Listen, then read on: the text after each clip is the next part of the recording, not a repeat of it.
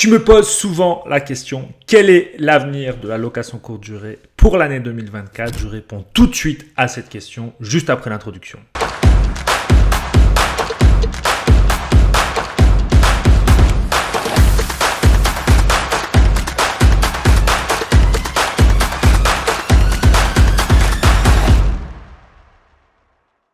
Bienvenue à toi sur la chaîne Automatique BNB, la chaîne qui te permet d'automatiser, d'optimiser ta location courte durée. Si tu me découvres à travers cette vidéo, sache que je m'appelle Nicolas et je te permets d'augmenter ton cash en préservant ton temps libre. Si dès maintenant, tu vas aller beaucoup plus loin avec moi, sache que sous cette vidéo, il y a une formation qui est entièrement gratuite qui va te permettre de doubler tes revenus grâce à la location courte durée. Et si tu vas aller encore beaucoup plus loin avec moi, sache que d'ici quelques jours, juste en dessous, tu peux t'inscrire à un webinaire qui va avoir lieu en direct où je vais répondre à toutes tes questions et surtout, je vais t'expliquer comment tu peux gérer ta propre location courte durée en seulement 2 heures par semaine. Oui, tu as bien entendu, en seulement 2 heures par semaine, que tu fasses de la sous-location professionnelle, de la conciergerie ou tout simplement que tu sois propriétaire d'un ou plusieurs biens. Aujourd'hui, je vais répondre à la question, quel est l'avenir de la location courte durée en 2024? Et pour ça, on va passer tout de suite juste derrière mon écran. L'avenir de la location en 2024, pour moi, elle a une bonne tendance. Pourquoi? Parce que la tendance va vers de plus en plus de voyages. Il y a de plus en plus de personnes dans le monde qui voyagent. On voit que le marché européen continue de connaître une demande importante malgré un contexte de ralentissement économique général. On voit encore que cet été, on voit ici la ligne verte qu'en juillet-août, on a encore dépassé tous les records et depuis le début de l'année 2023, on a dépassé tous les records. Pour l'instant, cette étude s'est terminée en août 2023. Lorsqu'on aura les données de août 2023 jusqu'à décembre 2023, je vous les publierai également, mais on voit qu'on est encore sur un marché européen qui continue à connaître une forte demande. Et là, c'est factuel, ce n'est pas du ressenti. On voit le nombre de millions de nuits qui ont été vendues en Europe sur plusieurs années. Et là, on voit qu'en 2023, on a encore battu tous les records. C'est une source qui vient de RDNA. Maintenant, il y a quand même 3 limites importantes. Et face à ces 3 limites, évidemment, je vais vous amener des solutions pour que vous puissiez continuer à faire de la location courte durée ou que vous puissiez vous lancer dans la location courte durée en 2024 parce que c'est un marché qui est très prometteur. Comme on vient de le voir, il y a de plus en plus de personnes qui voyagent et de plus en plus de nuits qui sont louées en termes de location courte durée. Maintenant, une des premières limites, c'est qu'il est important de noter que ça ne veut pas dire qu'il y aura une hausse des revenus dans le cadre de la location courte durée. C'est pas parce qu'il y a de plus en plus de nuits qui sont louées qu'il y a de plus en plus de revenus, car en face, il y a certes un nombre de réservations qui augmente, mais il y a quand même de plus en plus de logements et d'annonces qui sont présents sur le marché. C'est pourquoi il est important de se professionnaliser pour pouvoir se dégager de cette concurrence et de sortir du lot. Et pour ça, il faut savoir faire des études de marché, mettre en place des stratégies de tarification dynamique, savoir optimiser vos annonces pour avoir un maximum de clics sur vos annonces Airbnb et Booking, rendre votre logement attractif, savoir améliorer un maximum le parcours voyageur, mettre en place des upsells, suivre vos indicateurs, etc., etc.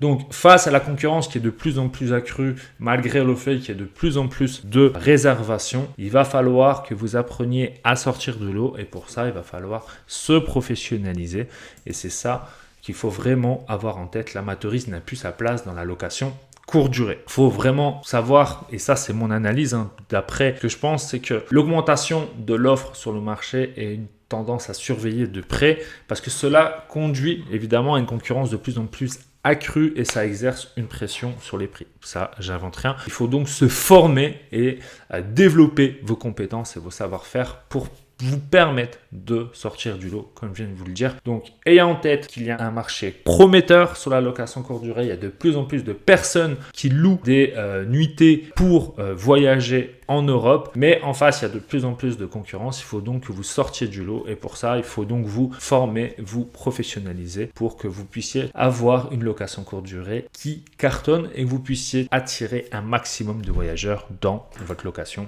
courte durée. La deuxième limite, c'est pour moi la réglementation qui est de plus en plus accrue dans les zones tendues. Donc, dans les zones tendues, on voit qu'il y a de plus en plus de lois, on va dire, anti-Airbnb.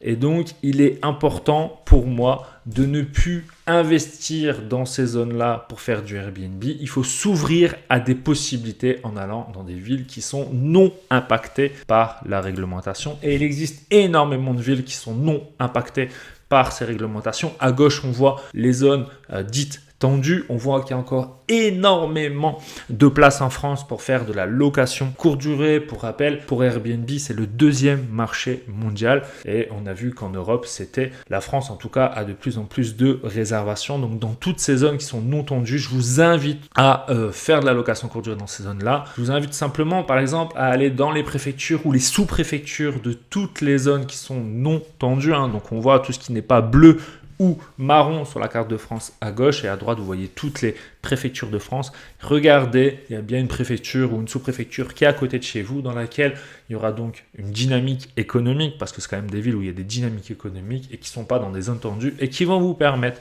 de continuer à faire de la location courte durée. Et vous allez avoir moins de concurrence dans ces zones-là, et surtout vous allez avoir une réglementation qui va vous permettre de faire ça tranquillement. Maintenant, la troisième limite qui est importante, c'est le statut LMNP qui est dans le viseur des politiques. Jusqu'ici, investir en LMNP, en location courte durée, c'était une belle opportunité, mais comme toujours, dès qu'il y a une niche fiscale, ça finit un peu par disparaître. Et là, le projet de loi de finances 2024 a encore modifié des choses par rapport au statut LMNP. J'ai fait une vidéo à ce sujet, je vous invite à la regarder. Mais pour moi, c'est une limite de continuer à faire de la location courte durée dans le cas du statut LMNP qui est de plus en plus mouvant. Donc, arrêtez de miser tout sur le statut loueur meublé non professionnel et trouver d'autres véhicules plus stables pour pouvoir investir. Ça, c'est ce que je vous conseille de faire.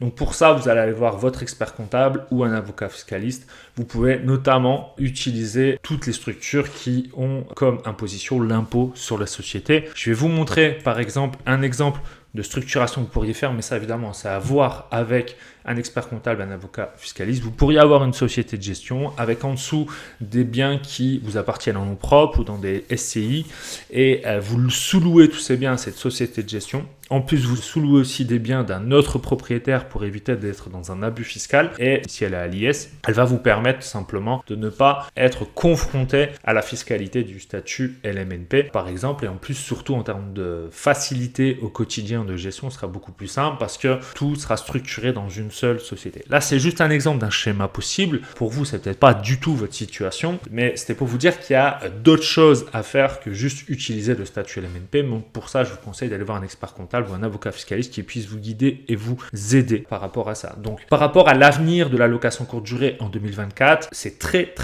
prometteur. Par contre, il y a 3 limites. À chaque fois, il y a des limites, soit réglementaires, soit fiscales, soit concurrentielles. Mais à chaque fois, il y a des solutions par rapport à ça.